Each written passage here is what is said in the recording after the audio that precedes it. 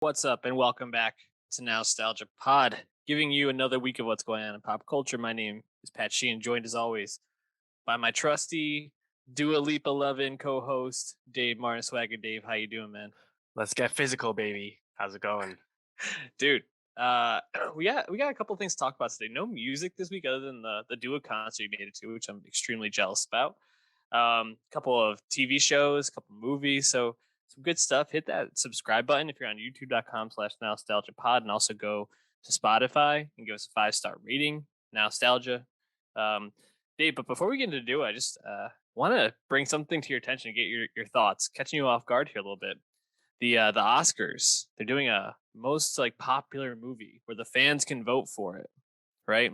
And it started off where Zack Snyder's The Justice League got an early lead, and then No Way Home was in the mix. But now the clear number one favorite with a little over like a week and a half to go, Cinderella, the Camilla Cabello movie, is the clear number one. I mean, what is happening? I'm not surprised to see this kind of abuse for Cinderella. Obviously, there's a lot of enthusiasm for Snyder Cut and Spider-Man, but it's just a stupid call, man. It's a really stupid call. Like, you want the Oscars to be about what the Academy thinks, not what the fucking people think. It's not the MTV Music Awards. It's a really stupid idea, you know? And we've talked about adding categories as ways to improve the Oscars moving forward. That is what I still believe is the way to make things even better.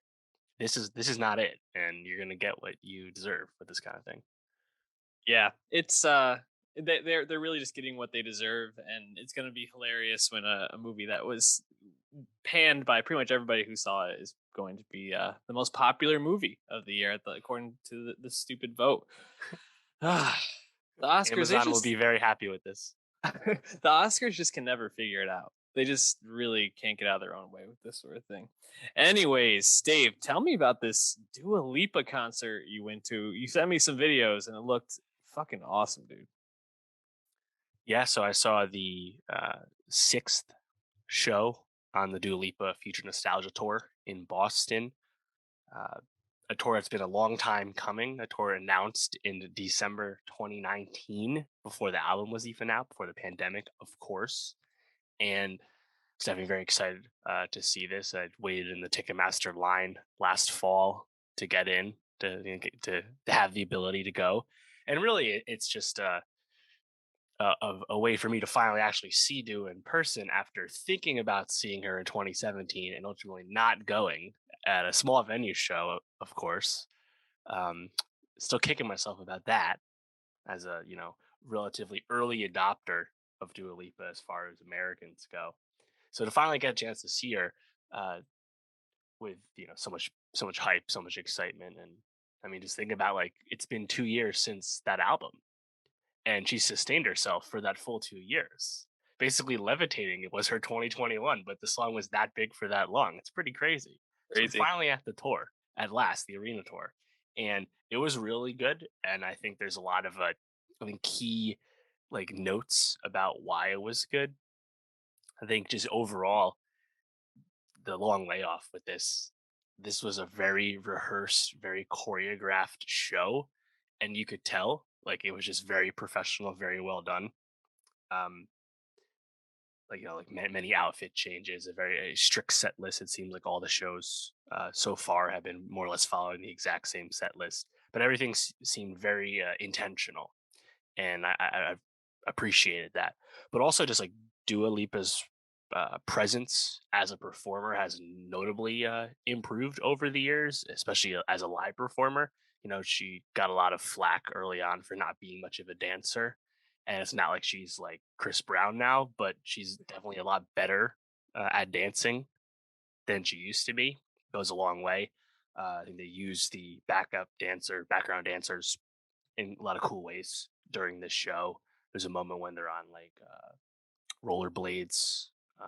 They change their outfits as well. A lot of cool stuff. I mean, heck, starting it off, you get like this 1980s aerobics video with neon colors introducing all the backup dancers by name and giving them like fake like like movie names and stuff. I thought that was a a cool way to start it off. But I mean, 90 minutes of Dua Lipa, that's just a lot of fucking banger songs, dude. She does like 20 songs and she has that many good songs already. It was a blast. And the crowd I was there with was really into it, like knowing just about every word. And you could just tell how much energy was in the building. It was a great time.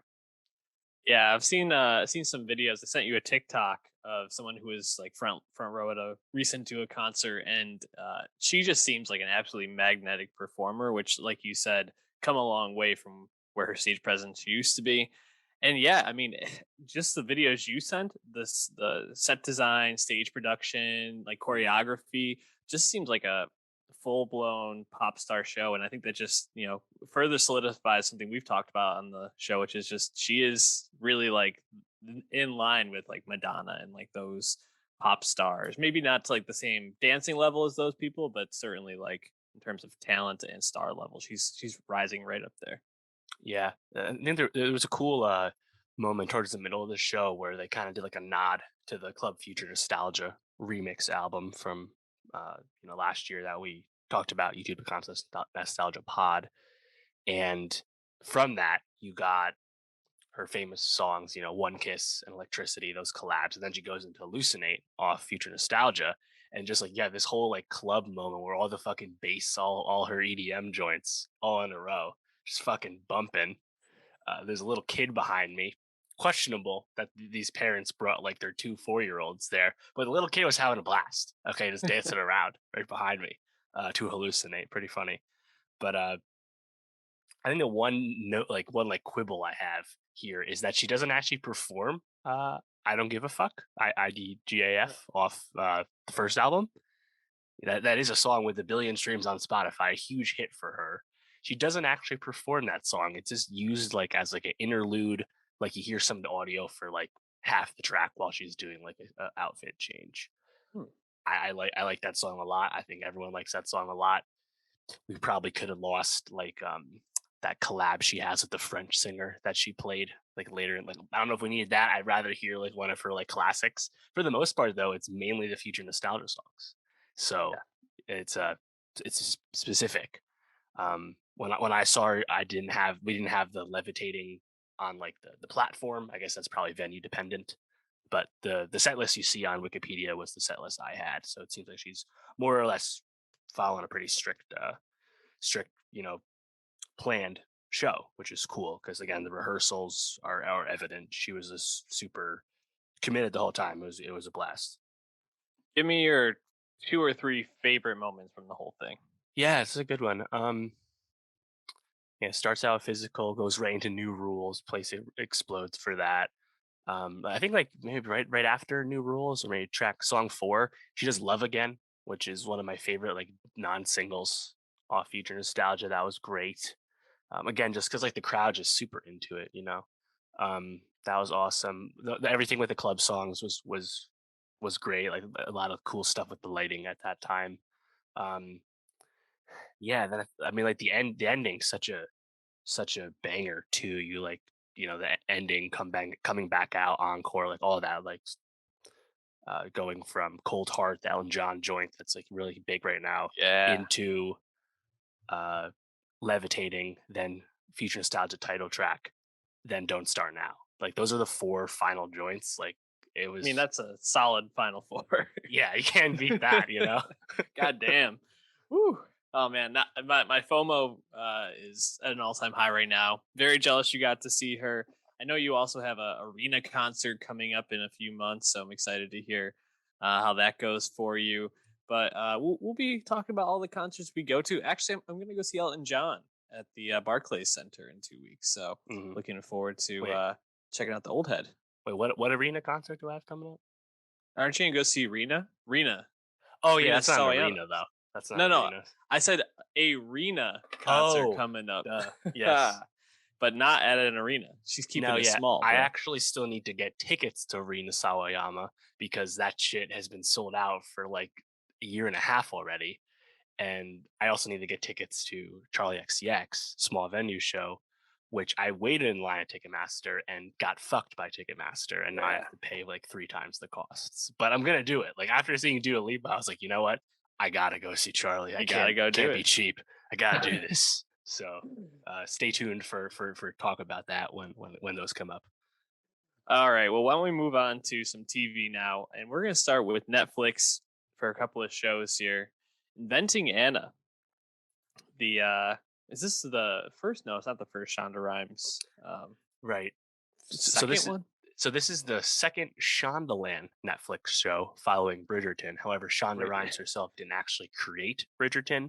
She did create Inventing Anna. So depends on your distinction there.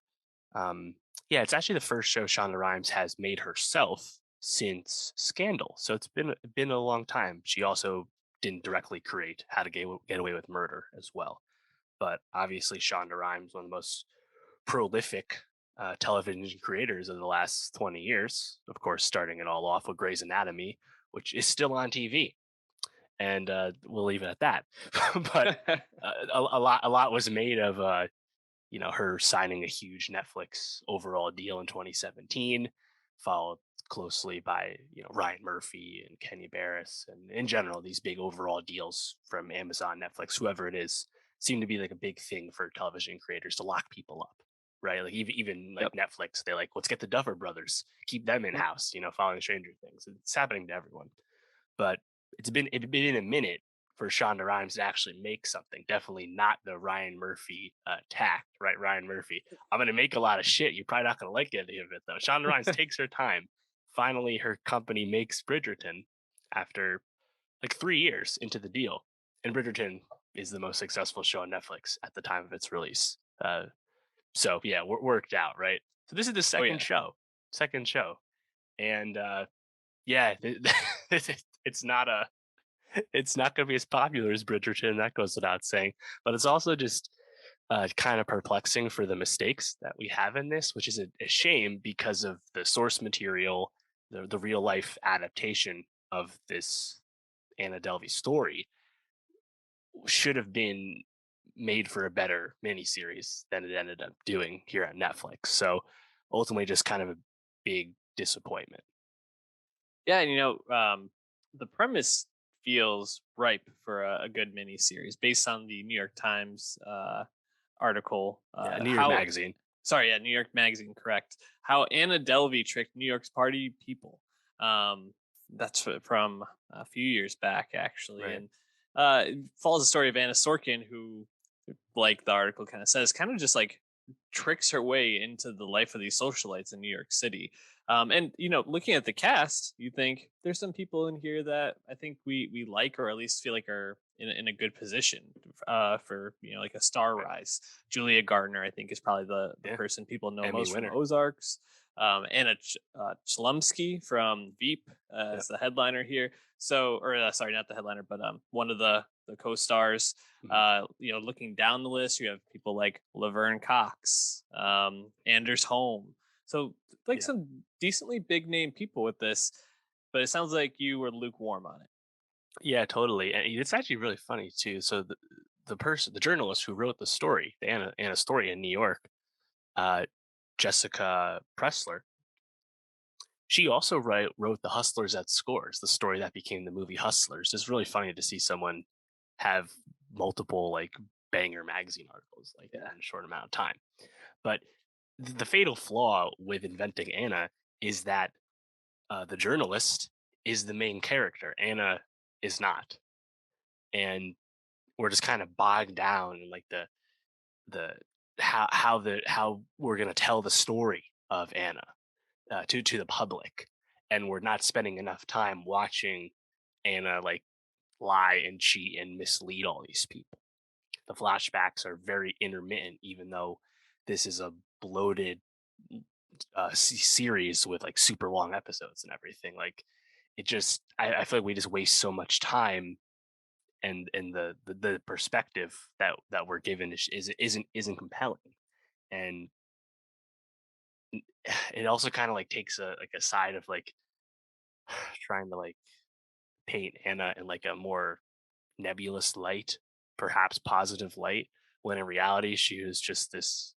scammer hustler figure that took advantage of people. If anything, I would have rather seen the show explain or lampoon how all these like elite New York social life people got duped by some total fraud. Like that would have been compelling as well, but it never really commits to any of these lanes, and it's just uh, kind of dull. And on top of that, you have Garner, again, Emmy winner, well liked person on the rise for sure. The performance from Julia Garner is very up and down. I think a big part of that is the accent that she has to do for this character, which is not far off from the real life accent, but the accent's like super grating and weird. It's like a Russian German hybrid. Uh, when Anna has like meltdowns or gets mad and stuff, it's just like really grating. This is nothing about the show is as fun as you wish it would be, given the source material, and a lot of the stuff with the journalist character is kind of tropey ground that we've gone down before with all kinds of stories. So it's kind of a perplexing like miss from someone like Shonda Rhimes who really knows like TV convention and how to make things compelling. So I've found it really just just disappointing because like we're gonna get so many shows this year about like real life people and real life like drama and stuff. You got to make it fun or compelling in some Yeah. way, and just inventing Anna doesn't do it well enough. I feel like we've had that problem with other shows recently. None that are coming to mind, but it just feels like a familiar like critique where it's like, they didn't really go in any one direction. They kind of just tried to play it all the way down the middle, and it just didn't Yeah, really work out. And it's funny because Shonda Rhimes, I think, at least in some of her other shows, has had the ability to make things that are at least captivating and fun, if not you know uh mm, actually really good. And I'd say like probably the early seasons of Grey's Anatomy, people would really ride for as really good yeah. Oh no, television absolutely. shows. The more recent seasons, like you said, will refrain from comment at this time, but Days of Our Lives is still on the air too. So like Right. these sorts of things kind of just continue. Yeah. But yeah, to not make it even like a fun hang, it's just kind of like I don't know, a Yeah. failure of the show in general. After Bridgerton, Rhimes actually did a extension with Netflix, add another 5 years to her deal. And Bridgerton has actually been renewed through season four. Season two is coming up soon. So we're gonna get plenty more of Rhimes on Netflix, and it sounds like Netflix with this deal is also trying to like expand beyond the traditional like we make shows and you subscribe and we give them to you kind of thing. They're like want to do more live events and like real life things around their properties, and Rhymes might be involved in that. So keep an eye on that, I suppose. But yeah, inventing Anna, it's tough to recommend. It's really just disappointing given how compelling the story is. I've read the New York story. It's very interesting just to read about like the mechanics of this kind of very specific yet peculiar grift, but the show just doesn't make any of it interesting, unfortunately. Well, let's stay on Netflix and go from Inventing Anna to another show we didn't really like very much, at least for the first season, Space Force. Um, and I'd say Space Force is not only a very forgettable show, and trying to like remember the beats, watching the first couple episodes, I was like, oh yeah, that happened. Oh yeah, Lisa Kudrow is the wife in prison in this. Like those sorts of things, like Right. I just had no memory of. But the show just wasn't funny. I mean, for Exactly. a comedy show to basically have the batting average that this did in terms of jokes is pretty sad, especially with the talent. Obviously Steve Carell, potentially the most famous Mhm. sitcom character of the last 20 years with Michael Scott, but even like Ben Schwartz, Jimmy O Yang, like Yeah. there's talent here for the laughs. Just wasn't hitting for whatever reason. We both got to watch at least the premiere of season two. I got through episodes. You got through one. Did you feel like that trend continued for Space Force in its second season? I mean, again, only saw one episode, but I mean, overall, yes. I think just the general issue with Space Force, like you said, it's a workplace comedy that isn't very funny. Hmm. And even if we remove ourselves from, I think, the initial disappointment, which was learning that like the show Space Force isn't actually going to be a satire about like the creation of the Space Force under the Trump administration. If we recall, that's how the show got invented. Netflix was like, let's make a show about this as soon as possible. And Greg Daniels was like, cool, let's do it. And that's what they did.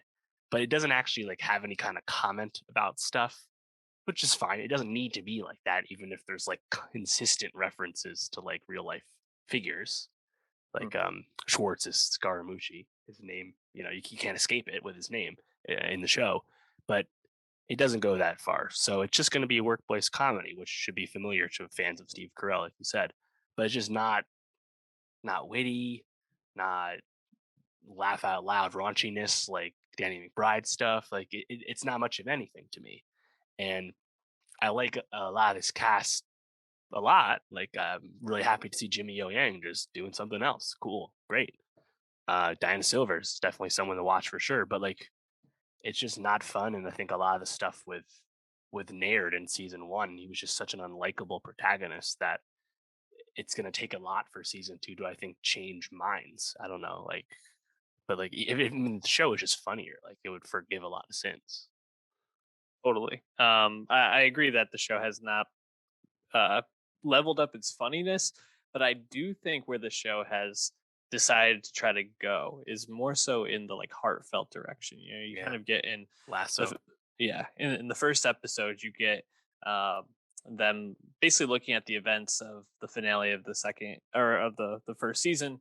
And at the end, you kind of get Naird getting off the hook for whatever reason, and that it's kind of shown that everybody on his team just loves him, thinks he's a great guy, really Mhm. rides for him. And I feel like the show didn't really have as much of that like heartfelt stuff in the first season, and so kind of going back and trying to see like why would they have kind of made this turn in the second season. I think one, it makes a lot of sense if your batting average with the jokes isn't great to try to at least make it something that feels good for people to sit down and watch, give them something to latch on to. And then the first episode was written by Steve Carell, so I think that makes sense. I think he's kind of known for having that like heartfelt perspective with some of the episodes he worked on in the Office. But also, the whole season, the 7 episodes, are directed by Ken Kwapis, who was the director of Travel Sisterhood of the Traveling Pants, Mhm. um, movies like that, a couple of rom com. So I think that like heartfelt goodness is probably going to be something that continues, just based on the teaming up of the direction. I haven't gotten to episode 3 yet.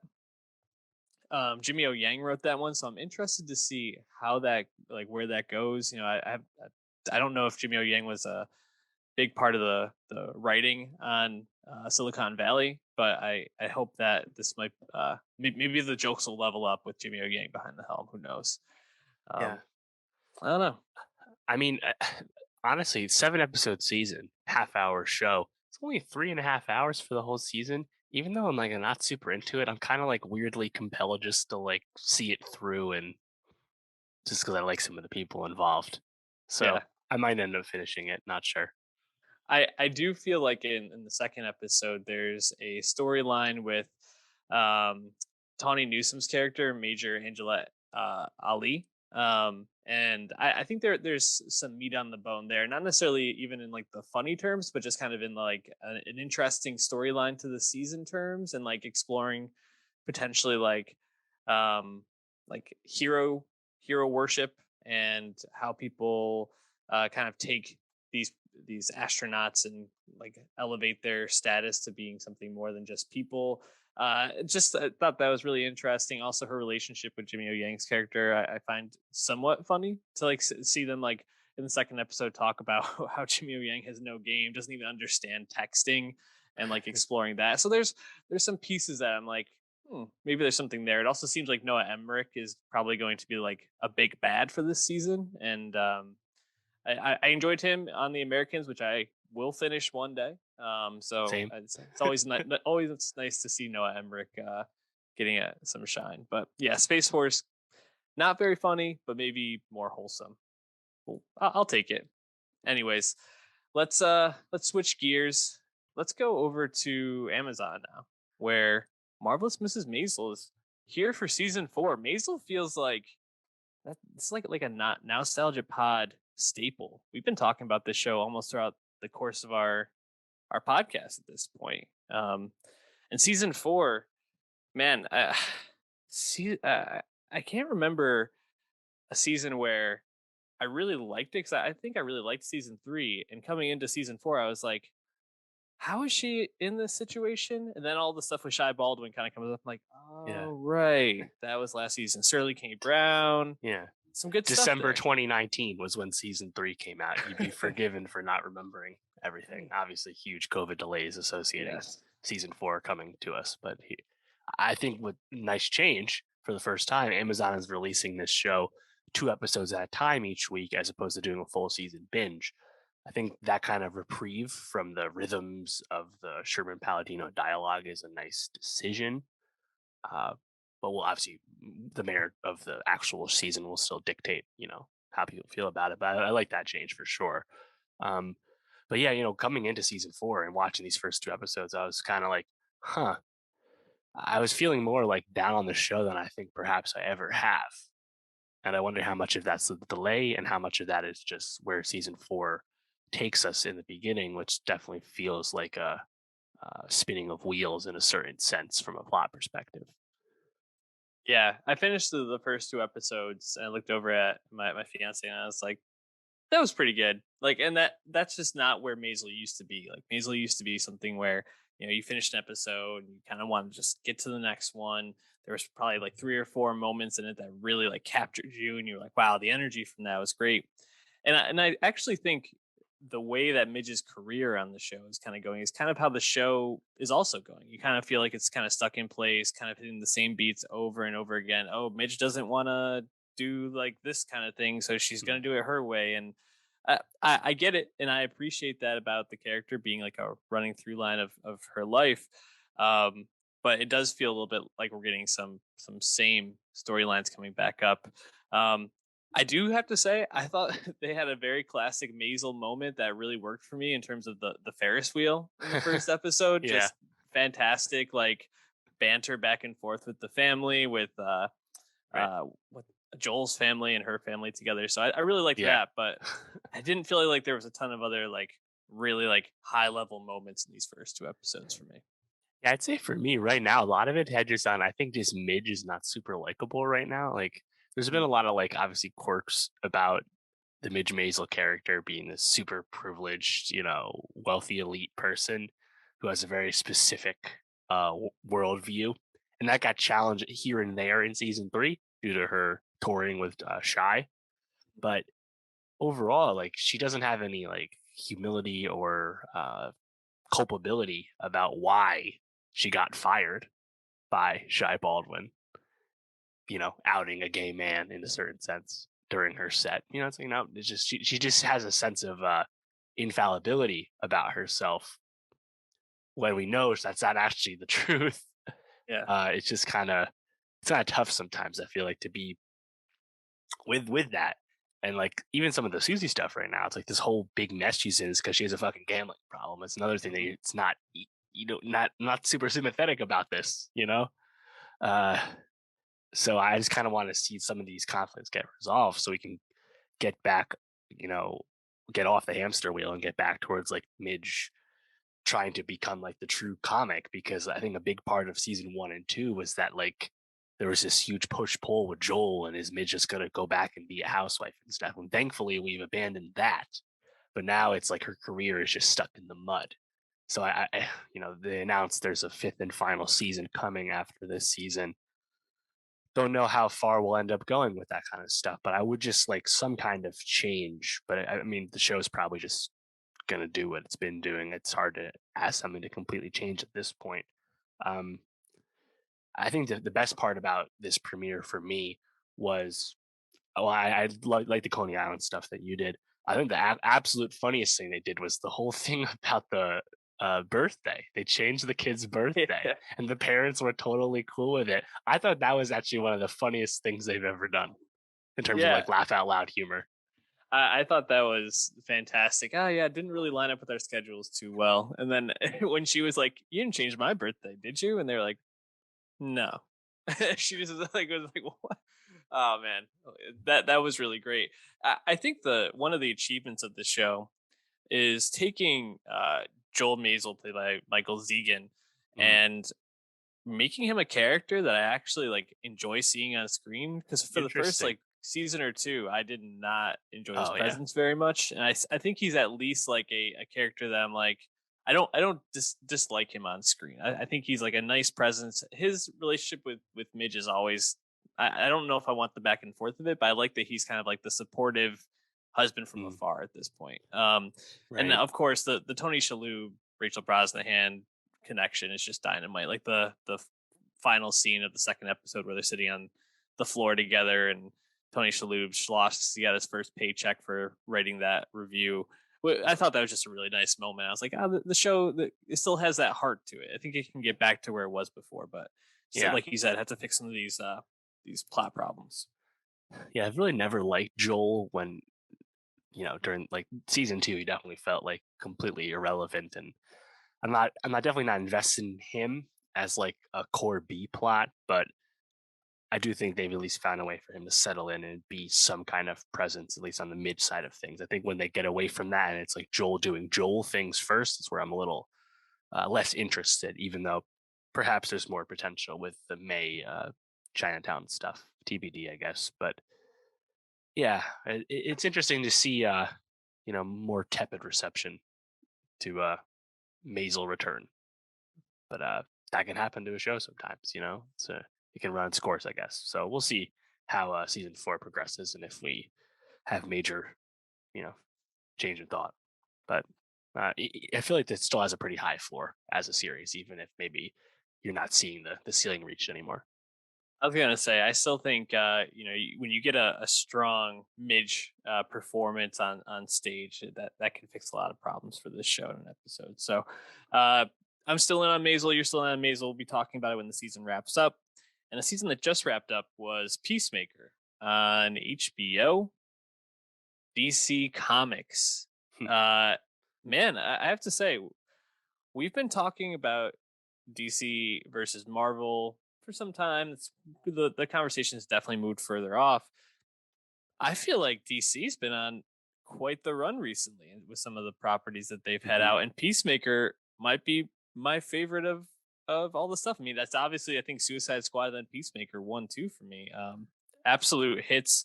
James Gunn just has such a grip on what he wants to say with these characters and Mm. the tone of the show, and I just really enjoyed this episode of television. It was renewed for a second season, so I'm looking forward to that. How did you feel about Peacemaker? Yeah, I liked it a lot. It has personality and perspective and a committed lead performance from John Cena. It knows what it is and it's really confident. And I just really respect that. I really enjoy this tone. And the fact that DC can give you a wide range of stuff, I really appreciate. To some people, they're just very disappointed in like the lack of cohesion when you compare it to something so planned like the MCU.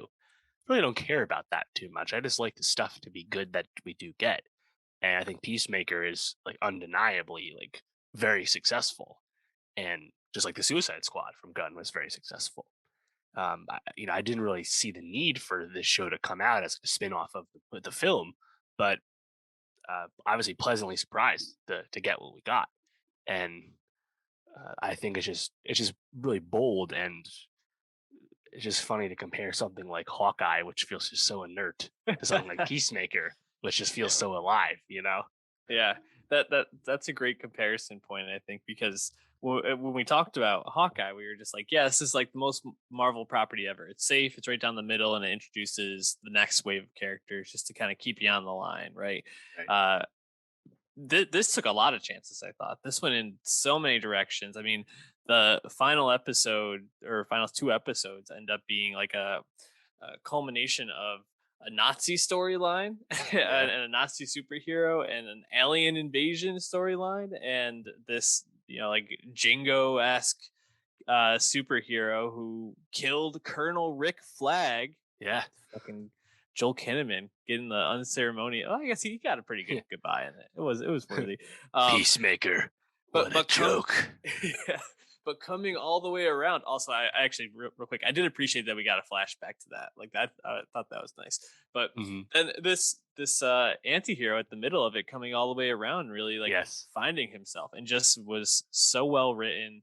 The show had a lot of really like tender moments to it, which, especially in the first couple of episodes, I was like, oh man, I don't know, like big old doofus, like we're gonna get just like a lot of laughs and a lot of like clowning on him, but I think it actually turned it around, and I just was really impressed with that. I was laughing a lot, and I have to say, I know I bring her up sometimes when I talk about some of the dumb reality shows we watch. My fiance hates superhero movies, and she really liked the series. Like, she Wow. ended up watching it Interesting. with me, and she thought it was just really funny and really well done. So I was like, that's a hit right there. If they can suck in people who don't even like superhero shows with this tone, Yeah. that's saying something. So, give me some of the highs of the season for you. What were your favorite moments? Yeah. I mean, I think just generally, like finding a way to have the Peacemaker character be redeemed in a certain sense. It's not like they're erasing the fact that he's dumb Hmm. and misinformed and has a very questionable past and connections and all that. And they don't shy away from that at all. But they do find a way to make place for him kind of earning his way back in through his heart. And I really like that. I think the greater like supporting cast of the crew, the Operation Butterfly crew, like it all kind of builds to that in I think a really nice way. Um, yeah, in terms of like favorite moments, I mean, there's a lot. I Yeah, think a lot of stuff with Vigilante I really enjoyed because that's another like kind of awesome creation for this yeah. series in terms of like this like sociopathic, equally problematic and deranged person on Peacemaker's level in this Vigilante character, and finding another way to still make that guy uh, enjoyable and someone you're rooting for, even if they never run away from his flaws. I just give James Gunn a lot of credit with kind of like the conception of a lot of this stuff here. Um, I really liked a lot of the stuff with like the butterflies once that like really kind of explodes and you understand like the actual like roots of this alien invasion. And once they take over the police officers and that kind of Oh yeah. that tide kind of turns, I liked a lot of that stuff.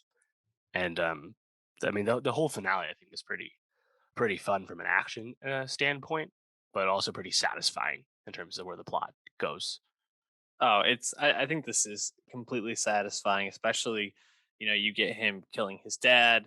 I thought that was a incredibly satisfying Yes. moment. You get the eagly hug, an amazingly satisfying moment, and also a great joke in the final episode when Waller's daughter, Leota, tells the group about it, and they're all like, "You didn't see that as a reason to run from this. You saw that as a reason to come back and help." Like, it just like, really, I thought, well done.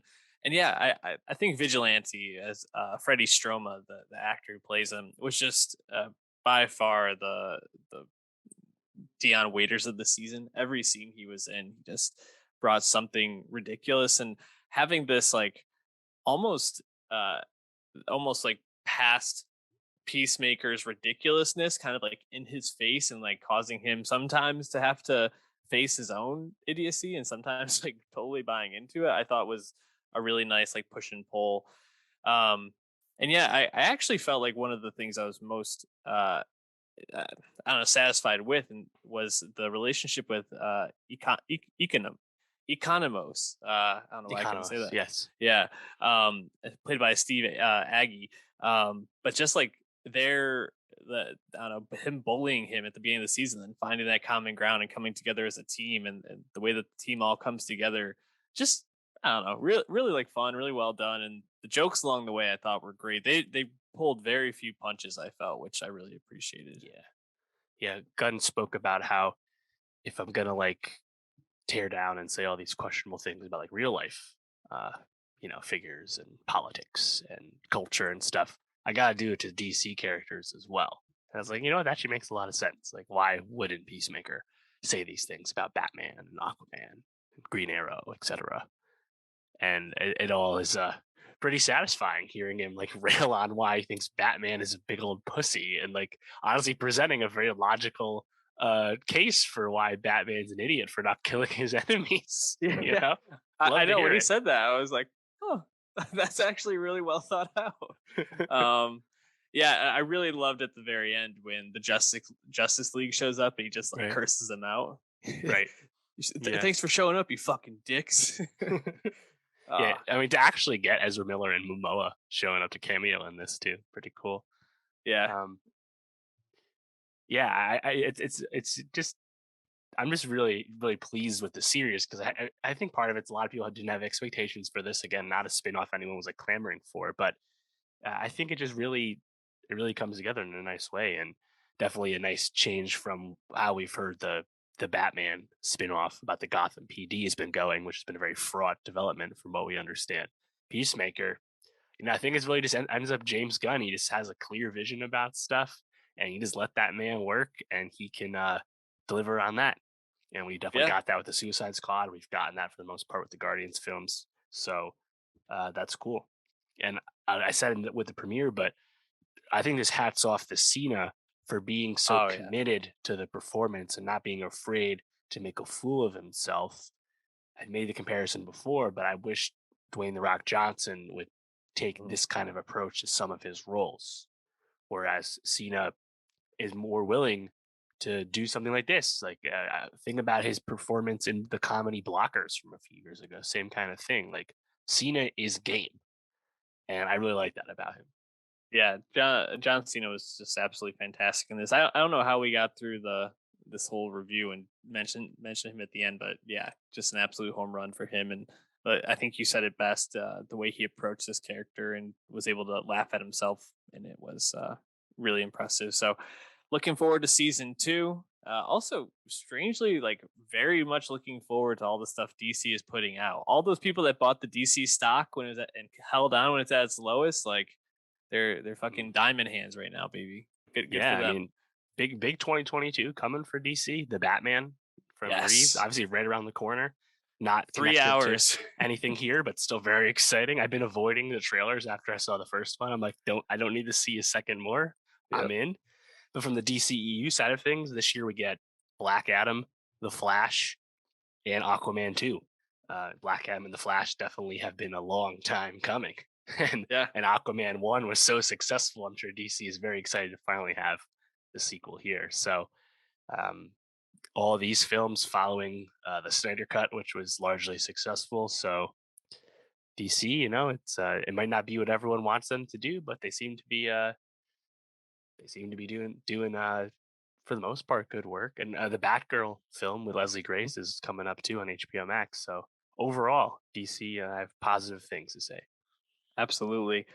Dave, I wonder if you have positive things to say about the newest video game movie, Mm, Uncharted, which hit theaters this weekend. yep, Tom very s- Holland, not Peter Parker in this, and our favorite actor to I guess clown on in recent years, Mark Wahlberg, the yeah. two headliners here. Um, boy, what I mean, I guess just like I'll pass you the rock first because I've never played the Uncharted series. So, basically, what I know of it's like adventure Indiana Jones type series, and Yeah. very popular. And so, did you feel like this? Uh, do you feel like this lived up to the the classic comic or video game turned into movie trope of it's going to be bad, or was it serviceable? Because I don't know if I would say that this was really good, but maybe not terrible. Yeah. So it's not really good. It has a lot of, I think, kind of obvious filmmaking flaws. However, it's not utter dog shit either. I was for the most part pretty entertained. That being Mhm. said, I have a very limited experience with the Uncharted series, long running PlayStation series. Um, so I'm not the best person to ask in terms of the adaptation side of things. However, it's not like trying to be like a hard adaptation anyway, because when you cast Tom Holland as Nathan Drake, you are doing a clear switch from how Drake is portrayed in the games. Nathan Drake is a lot older in the games, and Tom He's more like Holland, Wahlberg. right? And Tom Holland is just precocious. Still, Hmm. he comes across as very young. Yeah, I know he's in his early 20s, but he still comes across as a very young man. So that's just not the Drake that I think people think about. There was the fan clamoring for someone like Nathan Fillion to play Drake for years. Like that's a far cry from what you get from Tom Holland. And honestly, like the Sully character also comes across as a lot older than what you get from someone like Mark Wahlberg. So it's just kind of a different spin and truly like the Drake origin. But like they're gonna have greenlit a second Uncharted movie because this has had a very successful start at the box office, which is a nice sign. But Tom Holland's not gonna like suddenly come across as old when they make Uncharted 2. So it's just not a perfect analog. But I had a decent time in terms of like, you know, ripping off more familiar and better executed on stuff like Indiana Jones and like even like the Dan Brown, like Angels and Demons, Da Vinci Code kind of stuff. Like Exactly. Yeah. I actually like enjoyed all that stuff, even if I've seen all of this before. So yeah, I didn't hate it. Yeah. I mean, you hit the nail on the head for where my mind went with this. Is it's Indiana Jones mixed with uh, the Da Vinci Code, but I thought it was still like fun. Um, you know, I do, just do not think Mark Wahlberg's a very good actor at this point in his career. I find pretty much everything he does to feel like very mailed in one note, and he's just always Mark Wahlberg at this point. So I felt like a lot of the scenes with him, I just was left wanting a little bit more. But I felt like Holland was really trying in this. I felt like Yeah. he was really like trying to put a good performance forward and trying to like act a little older, for what you're saying. It seems Mhm. like he was trying to like be more like suave and adult. And seeing him in No Way Home just a few weeks ago, where he's playing a 17 or very young 18-year-old, it's kind of weird to like see and not just be like, oh, you're a kid, like you are really a kid. But I thought a couple of the scenes were really uh really like fun. I think about the obviously the plane scene is probably the one people are going to talk about, where they're falling out of the plane. He's crawling up the cargo as it's falling out. Right. Um, Just but Legolas shit. yeah, just absolutely ridiculous.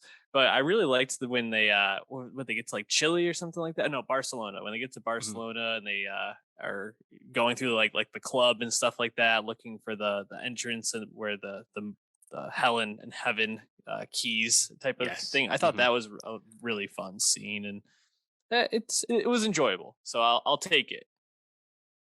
Yeah. I along those lines, I thought Chloe was a nice part of the movie.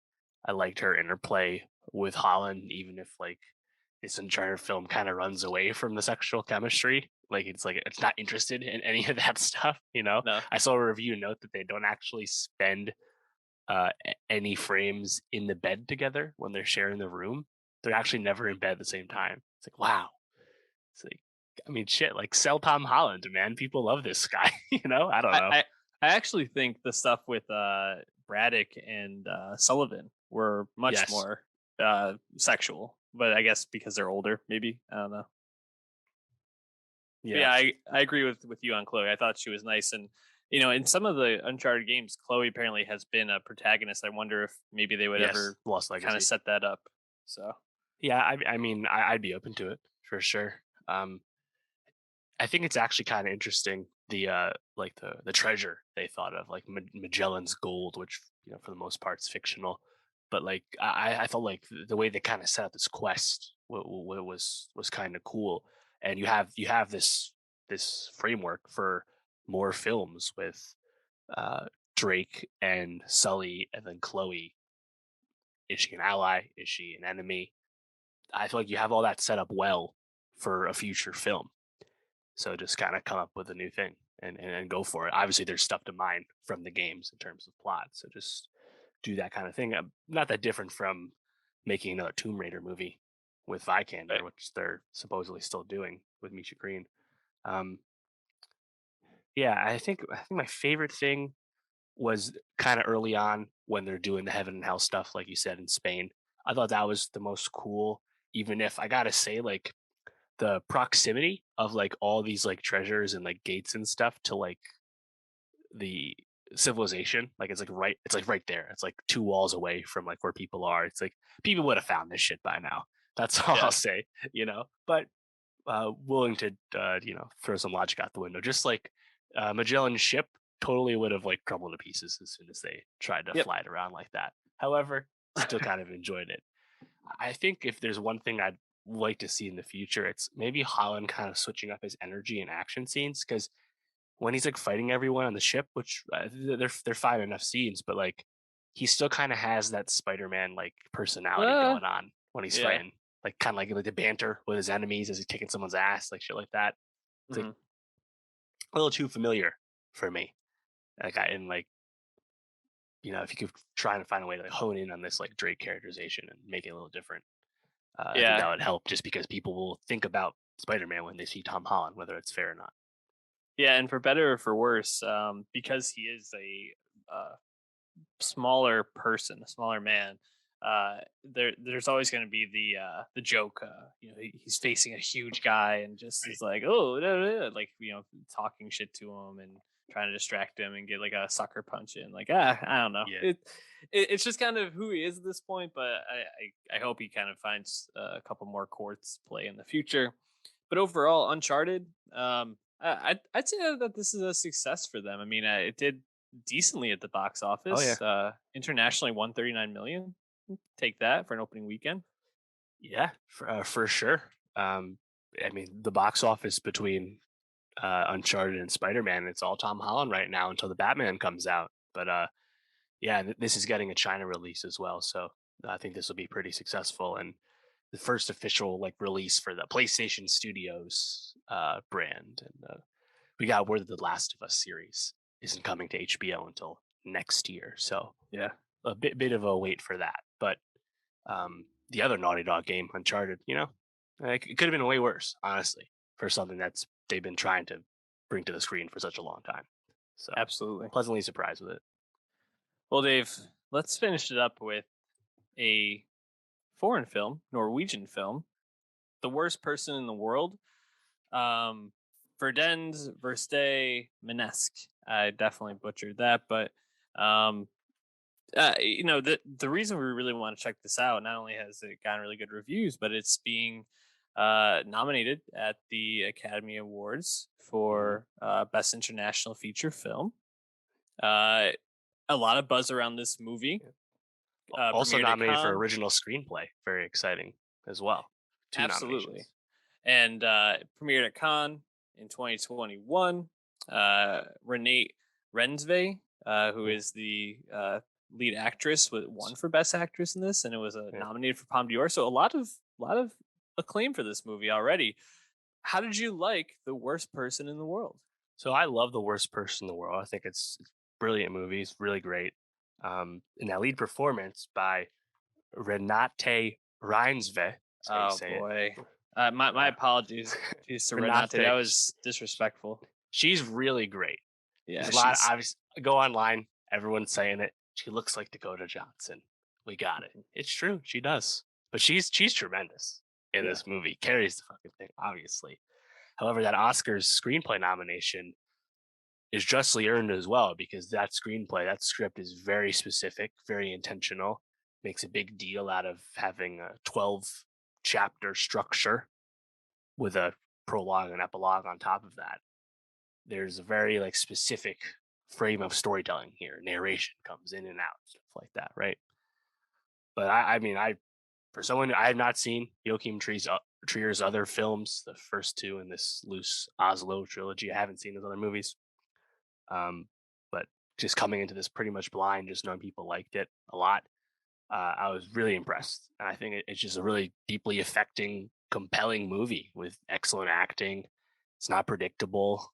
Um, I think that early setup, it's like, oh, maybe I do know what's happening here. There's some similarities to some Bomback stuff. I saw people call this Norwegian Francis Ha, for example.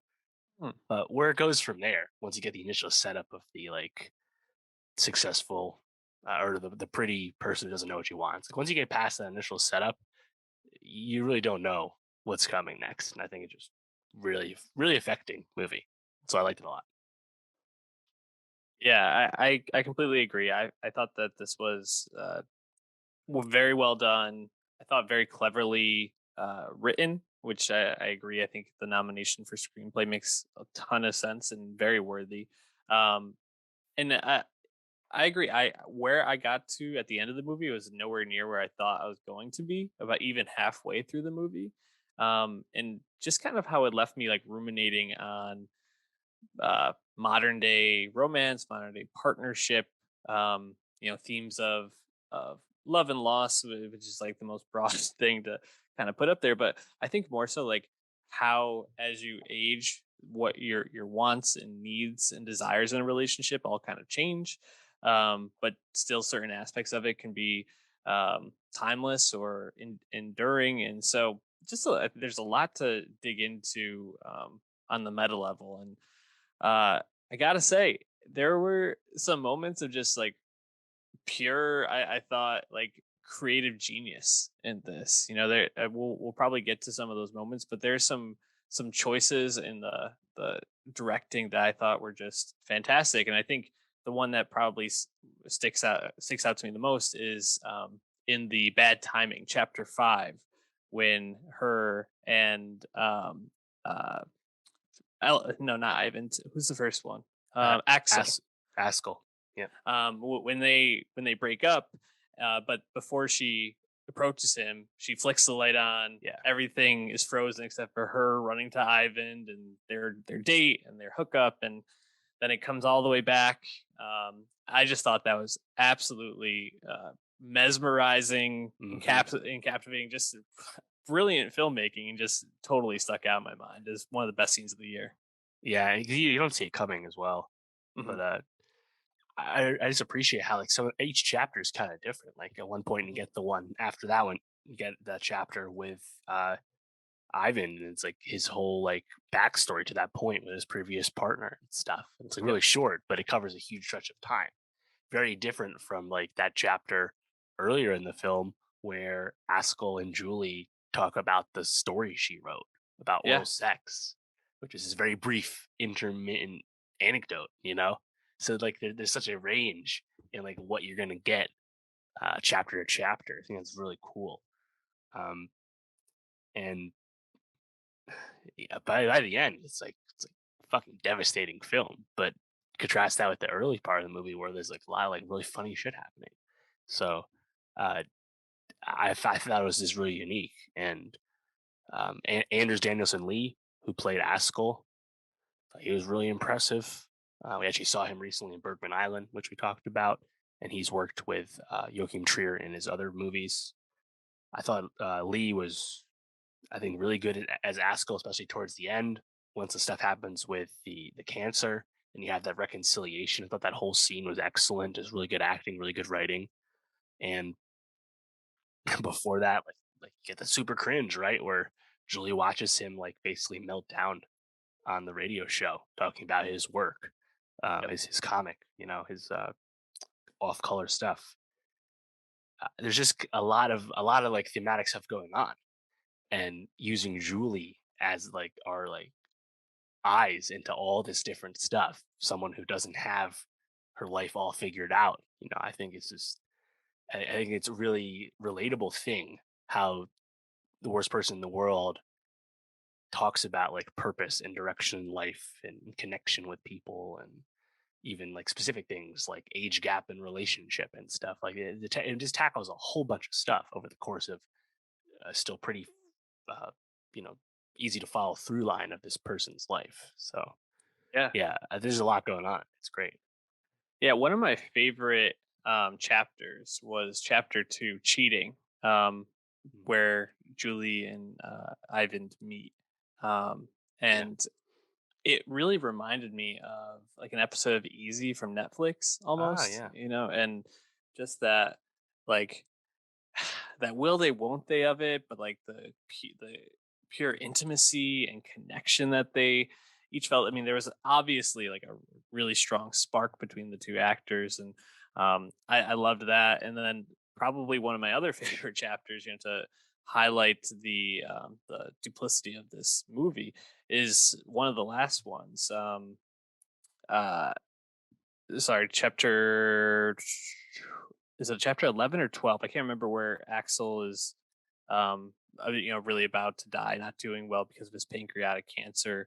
Right. And just the conversation that they have in the car, and as he's just like, I just want to go live in my flat. I want to live in my flat with you, and just that such a brutal and gutting moment, but it feels so real. And I want to say, I mean, Yeah. I Chapter think 12. chapter 12. Thank you. Everything comes to an end. I thought Anders Danielson Lie as Axel was really brilliant as well to play the multiple sides of that character the way he did. Mm, Just really brilliant acting. yeah. I mean, even early on in chapter 10, where Julie and Ivan have that like fight. It's not really like a fight. It's like Julie just like really like meanly like belittles him and is like super personal, and like in the way they portray that like the Ivan response. It's not like they go into like a marriage story like screaming match. It's not what happens. He's just like, that really hurt me, and I don't know what to do now. Like it just a lot of stuff just comes across as like super real and super instructive and like just thoughtful about like how stuff would happen. And meanwhile, you still get something a bit more expressive and psychedelic with a literal mushroom scene. Hmm. Getting high on shrooms. So yeah, for a movie that like having no expectations going in, just expecting it to be good, it still really really wowed me, really surprised me, uh, and really happy to see it get some recognition at the Oscars beyond just the expected international film nom. Like to also get a screenplay recognition for this, it's really nice to see. Just like Drive My Car getting a Best Picture nomination is like really awesome. Like the Film Academy is more global than it's ever been, and it's really nice to see movies like this, The Worst Person in the World, getting platformed, getting uh, marketed basically to Yeah, people that otherwise would not give something like this a chance, because you certainly will not be disappointed when you do give it a chance. completely agree. Um, yeah, shout out to Joaquin Trier, who is Yeah. the director and one of the co-writers with the on this with Eskil Vogt. Um, just brilliant, and really glad that we watched it. What would you say the chances are of it taking home the international film Oscar? So I'd say that's zero because it's going to lose to Drive My Car, which Yeah, got Best Picture nomination. Screenplay, it's up for original screenplay, so that one's probably more up in the air than adapted. With Power of the Dog's going to win. So um, you never know. There's always wild card nature to the screenplay categories, so don't completely rule it out. 2021 or 2022 movie for you? 2021 film for me, definitely in the top 10, definitely in the top 5. Whoa. I did rank it. I put this at number 4. Green Knight, Okay. Drive My Car, Dune, and The Worst Person in the World. I haven't Top updated 4. my rankings. It'd probably be somewhere in the top 10 for me, though. Really, Yeah. really well done. Check it out when you can. Definitely worth your time. All right. We're going to wrap up there. Dave, what do we got for next week? Yeah, next week, end of Euphoria season 2, end of Righteous Gemstones season 2, the start of the 4th and final season of Killing Eve, a season we're so excited about and have very high expectations for. Oh, Oh God. man, I don't know how they're gonna land the plane, but they're gonna try. They're going to try. And also, the Peter Dinklage would-be Oh, Oscar film Cyrano.